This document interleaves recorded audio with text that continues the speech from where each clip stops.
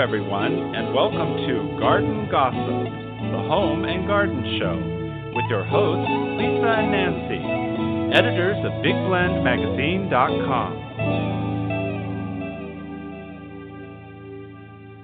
Welcome, everyone. We're excited to have Monique Allen, the founder and creative director of the Garden Continuum, join us on today's show to give us some good gossip.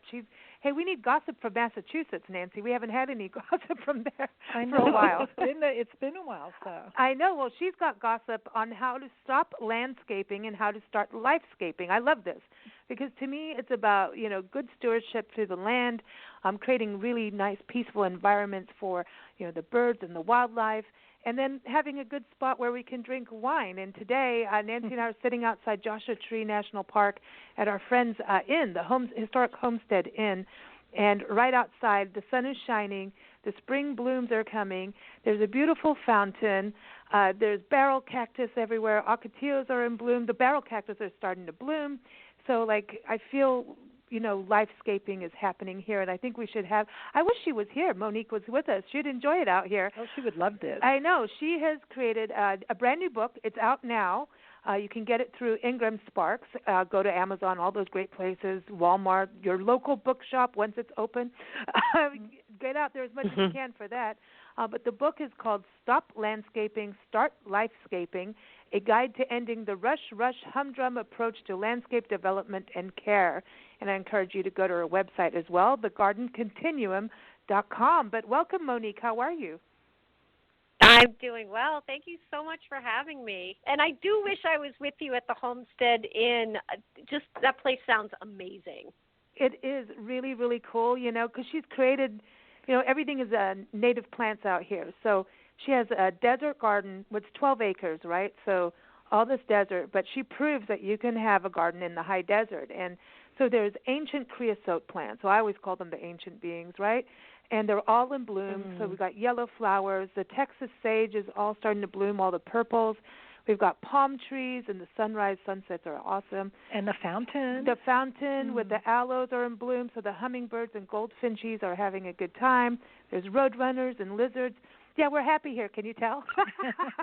I can totally tell, and I have to say I encourage all your listeners to go and listen to that podcast because Jerry, to me, was just like the epitome of the lifescaper. She's put her heart and soul into that landscape, into that inn. The fact that she's reaching out to our servicemen and women. I just felt like while I was listening to her that she was a kindred spirit, that she just got lifescape in her bones. Well, yeah, and let's touch on that. And Jerry rocks, man. She's a good friend of ours, and she's taught us a lot about gardening too, and lifescaping, and understanding, how to spend good time, quality time with people and the places you love. And but let's talk about what lifescaping is versus landscaping. Yeah, I'll tell you that the easiest way to think about it is this: a landscape is something that you look at, and a lifescape is something that you live in. And simply put, we're really talking about experience, about human experience. And we all love pretty things. And it's great to look through a book or out your window and see lovely things. A landscape is no less lovely. But what we're really trying to do is shift human experience to something that is resonant and connected, so that we can be connected to each other, but also so we can be connected to nature. And so a lifescape really says, slow down, take a breath, take a beat here, and think about what you're creating and ask yourself, will it be able to be sustained? Can you really be a steward of the land? And can it feed you? I mean, everything we're going through in this country right now, and you two are sitting in this amazing place, and you feel whole and connected even amidst a time that's kind of scary. Yeah, everybody's got this drama going on, and I always figure, no matter what's going on, I mean, the world is under the drama of the coronavirus, and we just say drink wine and find your moment of zen. But, you can't say that for everybody, but I think that it's really important that you have these special places. I'm thinking right now, while we have what I call the coronavirus shut-in, that this is a good time to get outside because spring is here. Maybe even if you have snow, start looking and planning your garden. And so this, to me, it's a time to kind of go, hey, well, we have downtime. Let's take a breath of fresh air outside and start planning, start life-scaping. Yeah, I think it's a brilliant idea. As I was telling you earlier, I just had an interchange with a client who both the mom and dad both have to be home from work. They have children. They're all home from school. And they wrote in their email to me how thankful they were that they had built a Life-Scape with me, because they felt like even though they were, kind of self-quarantine and social distancing by being home, that they had this beautiful landscape to be outside in. And I agree with you. I think that if you have to be home, that getting fresh air and being outside is really important. And one of the chapters in my book is Dare to Dream. Just dare to dream. Dreams are free. And get out there and interact with your landscape and ask yourself, if this place could be anything, what would I love it to be? How would it feed my soul? And, gee, we all have a lot of home time right now, so we can totally do that. Yeah. Well, it's so good for the planet. If everybody got out there and planted some native plants, and, first of all, they have exercise in the sun, which is good. They have fresh air. And they're doing something that's going to help everybody. Mm-hmm. Yes. Yeah, and I think that it also, the thing that I find really interesting about this, it requires us to shift our perspective. And when we think about a landscape as a thing, or as like an applique to our house or an applique to our community, we don't think of it as a living, breathing system. And when you start to think of it as a Life-Scape, you connect it to your system, right? The system of your feelings, your mood, your comfort, your connection. And, most of the time we're moving way too fast to pay a whole lot of attention to it. So it's kind of interesting to me that right now we all are going to have a little bit more time on our hands and be able to think of it through this different lens, where we can go outside and say, hey, is my landscape organized? Does it make sense to me? Is it healthy? Or do I feel like it needs a little bit more health? Does it have any wow, any pop? Because that's where the real fun is, right? When you put those three things together, organization, health, and what I call wow factor, that's what really makes a landscape sing like a Life-Scape. Well, the fountain that we have here is an amazing, it's small. Listen, Nancy's already taken ownership of the fountain. It's my fountain. I love it. I said so. No, it is amazing how the sound of trickling water calms you down. And I see, like, at certain times in the early morning, there's two sets of hummingbirds, different species, that come in and zoom around and fight over the water. We've seen the goldfinches actually land on the rocks in the fountain and take a bath together, a little husband and wife team. And then in the late afternoon, the dragonflies come in. You can watch it all day. Mm-hmm. Yeah, absolutely. And, what you're characterizing is this idea of moving through sights, sounds, and smells to connect with a part of our humanity that's really outside just consumption, right? It's something so much more resonant with being a human being. When you see birds and the interaction, and then you smell all the beautiful smells, and you hear that calming water, all of a sudden everything settles. Yep. Yeah. It is that calming part of it, and it settles, and you're more. I think it creates awareness, and there's something about plants, and I got that you're like me, reading your book. You're such a great writer and fun and relaxed. It's like, I want to dig in, literally. But you talk about, it's like you were talking about the plant pods. Like when you first realized, like, this is something I'm into. Like, what is this tree pod about? How did this happen? Like, I get all tripped out about what the leaf looks like and the plant looks like, and is this a bud? And why does it look this way? How did it change? And, can this plant be next to this one? I geek out on it. And it started at a very young age for me as a kid. And I'm wondering about when you start Life-Scaping, it's really like, for families, a project where we can foster that stewardship with kids and get them involved, get their hands dirty. So is that part of the process? I know you touch on it in your book, but with your clients, that you kind of bring the whole family into it? Absolutely. So all of our services, when we're working with our clients, start with what we call a discovery session. So we really are trying to discover where the client is uniquely. So the thing that makes Life-Scape so personal is that it really is about that person. So if I take my own house as an example, I've been Life-Scaping my home for over 20 years, and when I started, I didn't have kids. Then I had kids, and I never wanted a swing set, but then all of a sudden I needed a swing set. So I had to figure out how do I put that in there. And then as my kids got older, well, I didn't need a swing set anymore. So I gave that swing set actually to one of my employees because she had a kid. Now she could use the swing set. And then I changed that space to something else. So what we're trying to do is we're trying to follow the intelligence of the life of the landscape owner. So yes, we want to use native plants. Yes, we want to invite ecology and nature in, but we don't want to do that at the exclusion of the homeowner. So we're really trying to make a lot of connectivity, understanding that as time goes on, that's going to evolve. So one of the things that I'm doing now is I'm actually doing a lot of work with people who are moving into retirement. And so they may have been really active gardeners, but, they have a couple of aches, a couple of pains. They maybe want to garden a little less, but they still want to have a beautiful landscape. How do we shift it now to respond to where they are in their life cycle at this point? And that's really Life-Scaping, is moving it along the phases of anyone's life.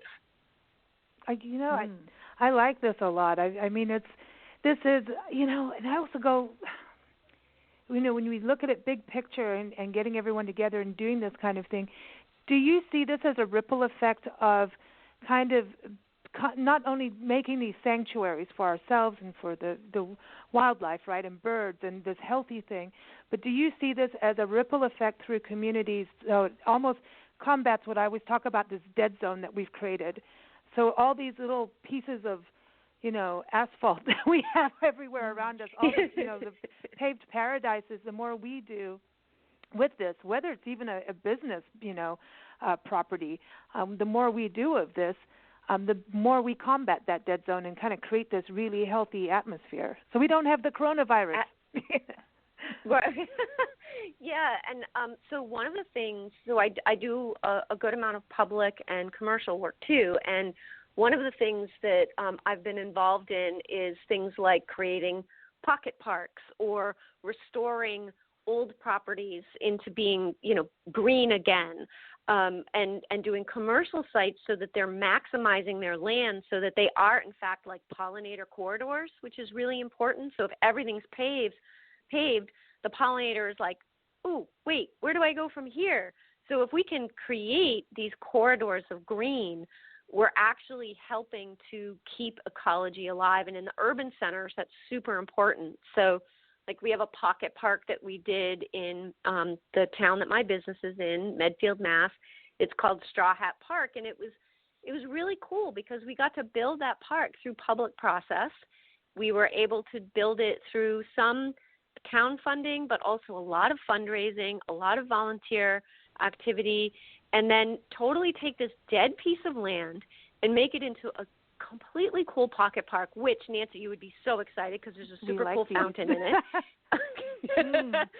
I love it. And, and so you're totally spot on. We have the ability to not only reinvigorate these sort of asphalt jungles that we're talking about into life pockets, but also don't forget that we will also have the ability, like in our homes, to grow food. So one of the things that I think is really cool about the Life-Scape idea in children is to have the ability to grow a little bit of food, even if it's just herbs, just a little bit of food so that you feel empowered to care of yourself on your own land. So, Monique, when you think about, these landscapes and bringing food in, have you seen, some of the communities? We were just in Yuma, Arizona, and we saw, on the roundabouts and in some of the, downtown areas, they were starting to grow citrus. Now, I know they do a lot of agriculture, and citrus is one of the things in that area. But do you see more and more communities planting crops that people can eat, that need it?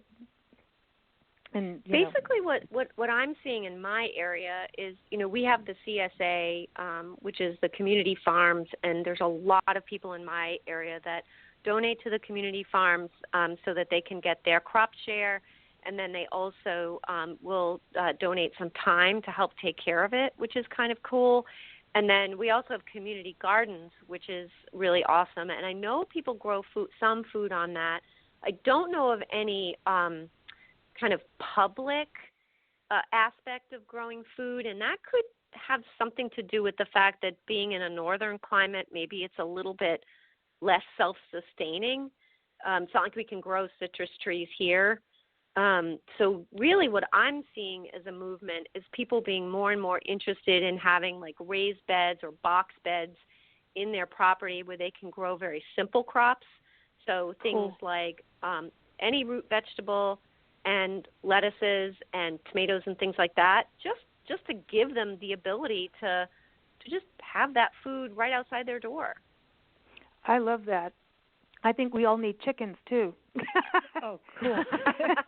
Hey, now isn't that, well, speaking of that, composting, has that become easier for people? Because that's something, a lot of us turned our noses away from it at one point, and now it seems that there's a lot of products out there that can actually, make it easier and encourage us to, use our food scraps instead of throwing things away. Yeah, so agreed. And what I find with that, so I've been in the professional landscape world, the ornamental landscape world, for about 35 years. And the ornamental landscape world and the farming world are really trying very hard to synergize. So right now I'm working with the Northeast Organic Farming Association to bring things like composting and understanding carbon sequestration and soil amending into my company so that we can start to tether those two worlds together a little bit. The truth is, and this is important, is that you two are gardeners, you've been out there working. It's not easy. There's not a whole lot that we can do to turn it into something that's just easy. So composting has a complexity to it that if you want to do it, there is no reason why you can't. But if you live like on a totally shady property, even if you have all the energy in the world, it's going to be hard for you. So what we're trying to do is just make sure that people understand that they can support things like the Northeast Organic Farming Association or a CSA if they can't do that kind of work at home.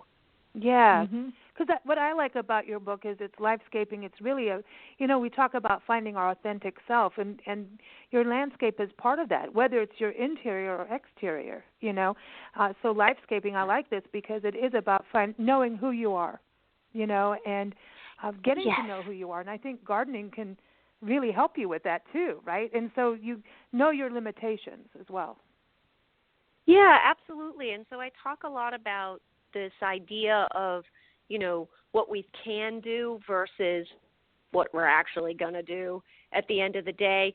And there should be no shaming in gardening, right? Like you do what you can do, what feels right and authentic to you, and then partner. So I'm really, really big into collaborative effort and partnership. And I believe that like what I would love to see is more landscape professionals partnering with homeowners through real friendship and real relationship. And that's what my company does. We're like friendly with all of our clients. Like we're so happy to see them and they're so happy to see us. And that's what I would love to see. And then there's no shaming in gardening, right? Like you do what you can. And then you share the burden with other people.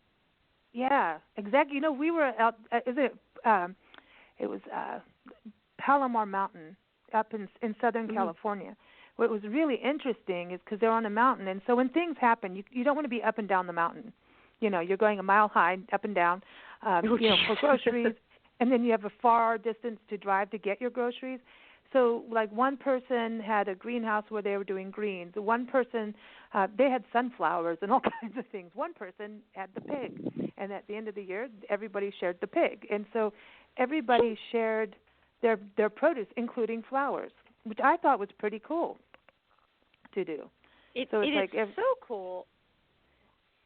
Can it share reminds that burden? Me of that book. Do you remember the book that Barbara Kingsolver wrote? I think it was called Animal Vegetable Miracle. Oh, I think You know, is the I name know of the about book. it. I didn't read it. You know, we used to live near her in Tucson, Arizona. Oh, did but you really? no, Yeah. but That's such a cool book because it's exactly what you're talking about. Like where, you know, she took her whole family and they just lived kind of off the grid for a year, and they did just what you said, where they shared resources within I think a 50-mile radius was like the max they would go, but they were able to. I think they had poultry on their land. They grew everything, and then anything they couldn't grow, they traded. It was neat. Wow, yeah, that's awesome. Everybody has a different kind of landscape, you know, in their properties, different ways of, you know, some's got a ton of sun, others don't. When we look at Palomar Mountain, the gardening there, some of them were gardening in the valley, and others were gardening on the top of the hills. Mm-hmm.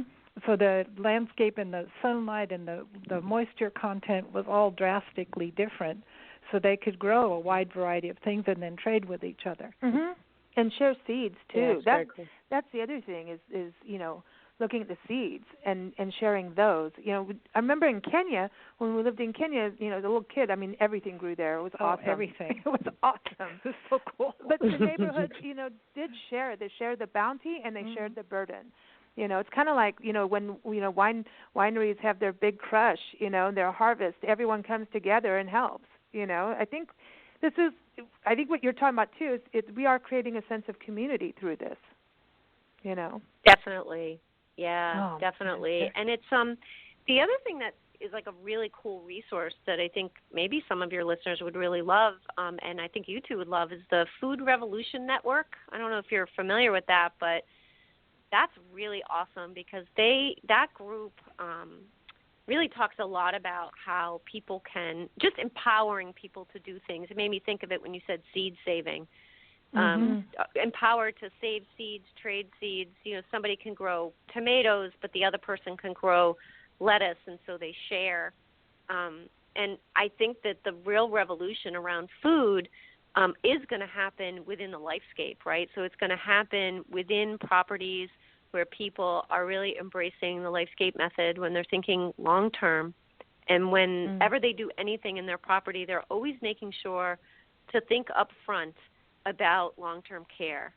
And that is going to make all the difference in the world. And I think it has a lot of opportunity to just give us a whole lot more control over what we eat and how healthy we are, and also going back to just how connected and calm we feel within our own space.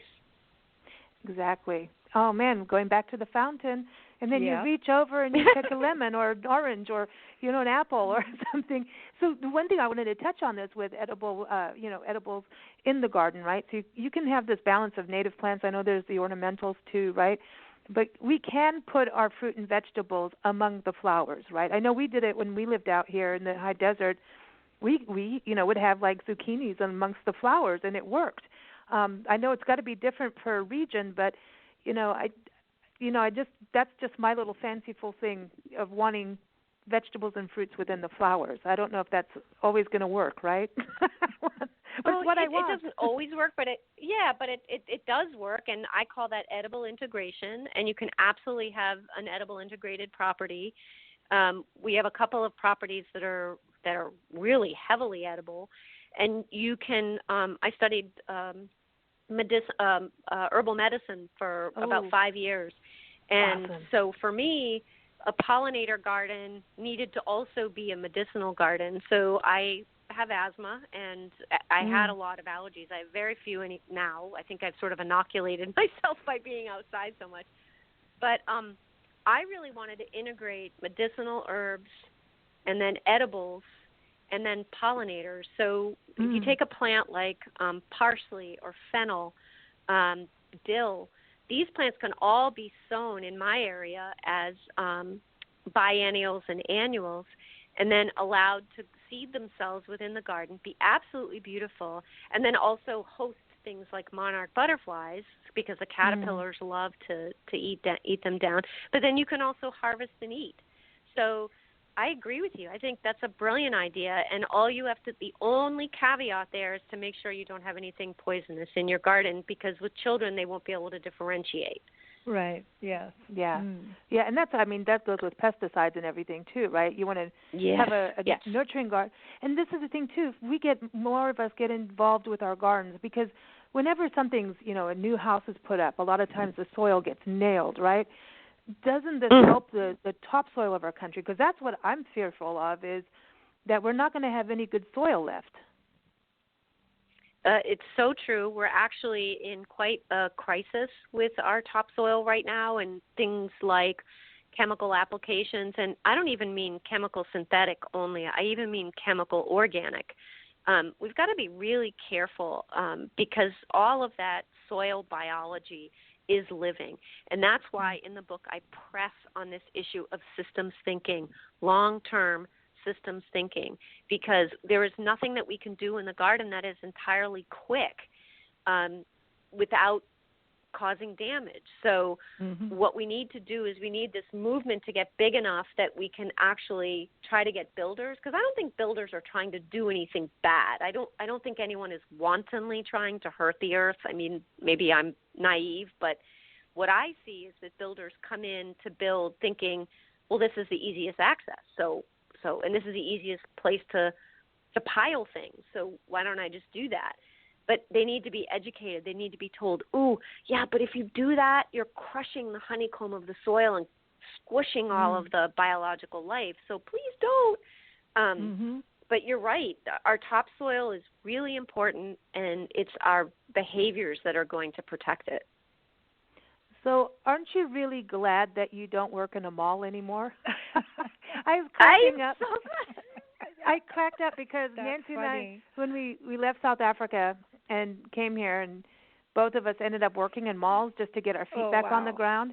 And literally you didn't see the sunrise, you didn't see the sunset, and it was just that bright light and angry people, and just it really sucked. And then one day we finally got a vacation, and then I couldn't go back to work. I just told them where to go. That's it, we quit. Like, I'm done. And they're like, oh, I'll give you a management position. I'm like, hell no, I'm out of here. And when I was reading your book, I was cracking up because it was really about, I wanted outside so bad. Yeah. Yeah. So it's like, I'm so glad that you got out of there. Yeah, me too. I totally am. And, I had no idea that this life existed. I just didn't know. It was, when I think back, on some level, it was just, I think it was divine fate, right? It was like divine intervention or something, but it feels a little like dumb luck. Like, I don't know how I fell into it, but when I got a taste of it, I thought to myself, oh my gosh, I can't do anything else. That's I cool. just can't. It is very addictive, and it's a good thing, know. And I found, like, when we had our gardens, and it's traditional to put, especially food items, all in a row. Like, we're going to put all the rows of lettuce together, then we're going to put all the rows of corn together. And that's when I found, that's when you get a whole lot of pests. And just by breaking up, you can have the same amount of lettuce growing, but you put it in little tiny patches all over the place. It's kind of a relief for your eye, and you don't get the massive amount of pests that are going to come and eat your lettuce. And ducks are good too, because they eat snails. And geese. Geese are great watchdogs too. They're scary sometimes. You got to watch out. Oh yeah, we know. But they tend to like. They like Nancy. They do. They like Nancy. The one thing I do want to touch on is lawns, and where are we on that? Because a lot of times what we've heard is, if you need to have a lawn because you got kids and a dog and things like that, kind of just make it small. Versus, Nancy tore out our lawn when I was a little baby. She tore it out and she planted wildflowers where the lawn was. Yeah, and the neighbors were so upset when they saw me tearing out the lawn. We had like a circular drive and this big lawn in the front. And I was like, that's so boring. So I tore it all up, and the neighbors were, they were just so angry. And then a few months later, I had a field of flowers, and they were like, how'd you do that? Yeah. So what do you think about lawns? The lawn, I think, so it's interesting. When I first bought my property, which is 2.5 acres. The whole front, like more than an acre, was all lawn, and it wasn't even really lawn. It was kind of like a weedy space with nothing in it.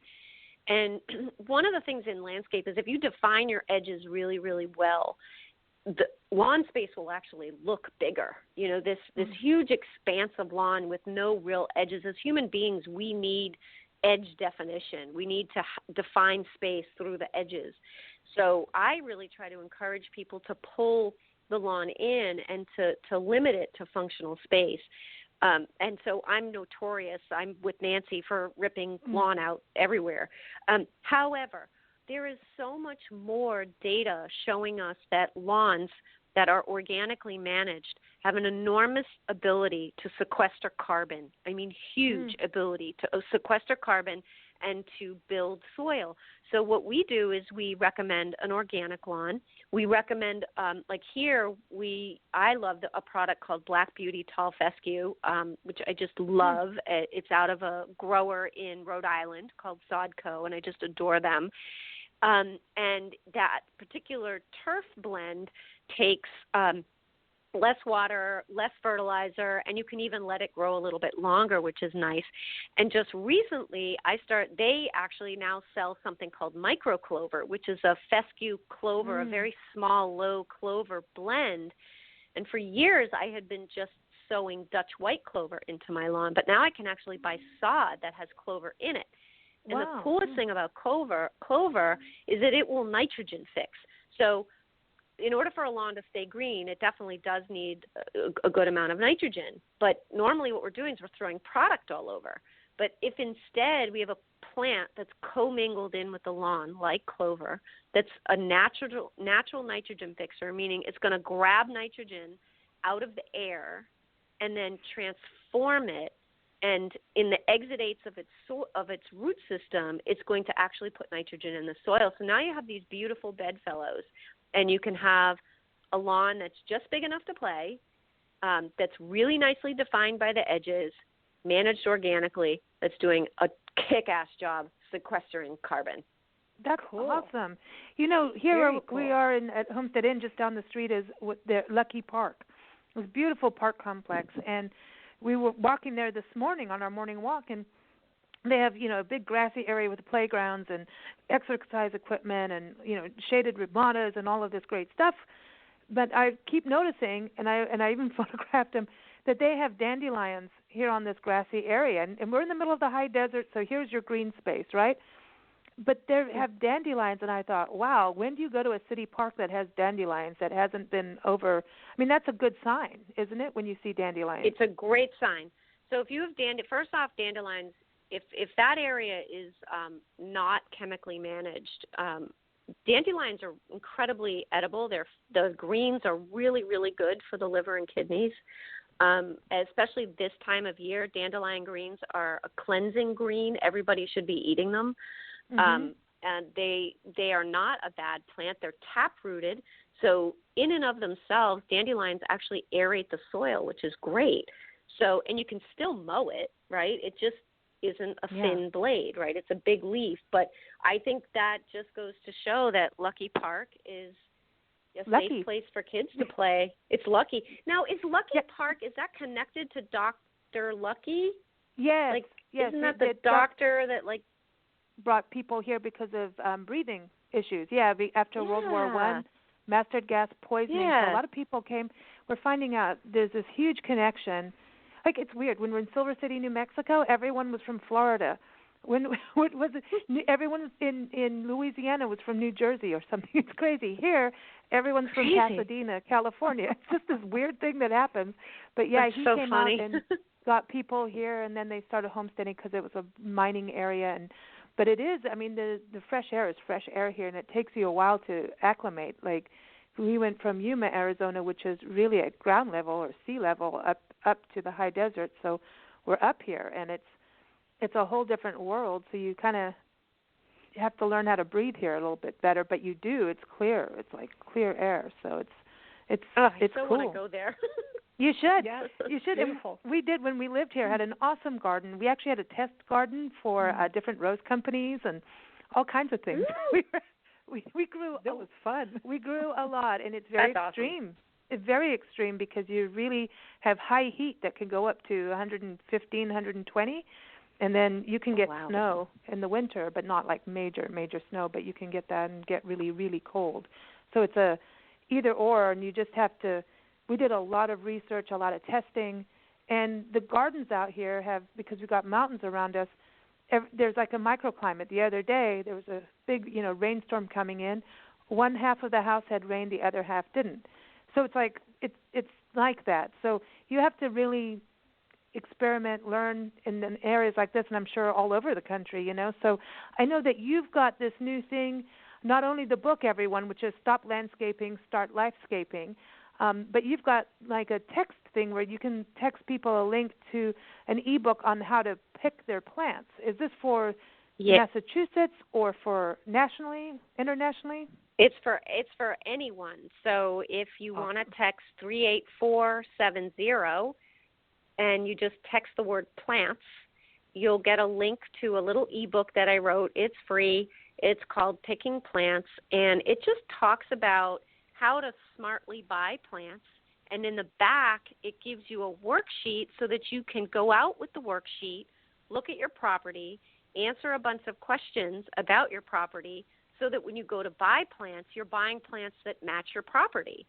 And, the reason for that is I know I'm guilty of this, but, you go to a nursery and you see a really pretty plant. You're like, oh, I so want that plant. And you buy it and you bring it home, and then you have no idea where to put it. It ends up dying in the pot at your door, or you put it in the ground and it dies because it was the wrong place. So this ebook was written to help people buy plants successfully. You just text 38470, text the word plant, and you'll get the link. Awesome. Everyone, go check it out. Cool. Go check it out. Yeah. Now, before you go, Monique, we like this on our Garden Gossip show. So, because we want gossip. Any bit of gossip we can get, right? So now if you could go and house sit for anybody for a weekend, to go and snoop around their house and garden. Snoop around their house. Right? And gather gossip for a weekend, a weekend, a weekend retreat. Whose place would it be? I would want to go to Will Smith and Jada Pinkett Smith's house. I would really love to see their landscape. I would be because I love them, and I think they are just really into. I think they're into their land. I think they're incredible family people, and I would just think it would be the coolest thing in the world to hang out at Will and Jada Pinkett Smith's house. I think that'd be really cool. Yeah, that's a first. Yeah, and I want a concert I want a concert from both of them. Yeah, no kidding, right? I know. I love it that she's in a heavy metal band. She rocks, man. And Will Smith will come out and rap, but she's got heavy metal, and then the kids will just get in there. So I'm totally with you on this whole thing. Yeah, I love it. I just love them. Yeah, so they're really that'd be cool. my spot. Yeah, that's a great question. Cool. Well, we're coming to see you when you go do that. Yeah, yes, we will have to visit. Awesome. Everyone, again, the book is by Monique Allen, and it's called Stop Landscaping, Start Life-Scaping, A Guide to Ending the Rush, Humdrum Approach to Landscape Development and Care. Again, you can get on all online stores. Ask your local bookshop when you're allowed to go to see them, and if you can, go see them, to carry it. So check that out. And also keep up with Monique on her website, thegardencontinuum.com. She's on Facebook, Twitter, Instagram, all those great places as well. She posts some great stuff, too, so a really good source to follow if you're into gardening and life-scaping. And also, again, that text link for her Picking Plants ebook is text PLANT to 38470. We want to thank everyone for joining us here on Big Blend Radio. You can keep up with our shows on Monday, Wednesday, Fridays, and Sundays. Just go to bigblendradio.com. And Monique, we love to play music, obviously, for our guests and our listeners, and we like to theme it as best as we can. And having lived in southern Arizona for a while, one thing that was pretty common was rock gardens, swimming pools, and barbecues. And it's the season in the desert to get out there and enjoy the sunshine and the wildflowers. So we're going to play this song. It's called Rock Gardens, Swimming Pools, and Barbecues, and it's from the album Perfume of Creosote Desert Exotica Part 1 by Michael and Spider, and here it is. Thanks so much, Monique. Thank you, Nancy. Thank you, Lisa. This is awesome. It was, for sure. You take care. You too.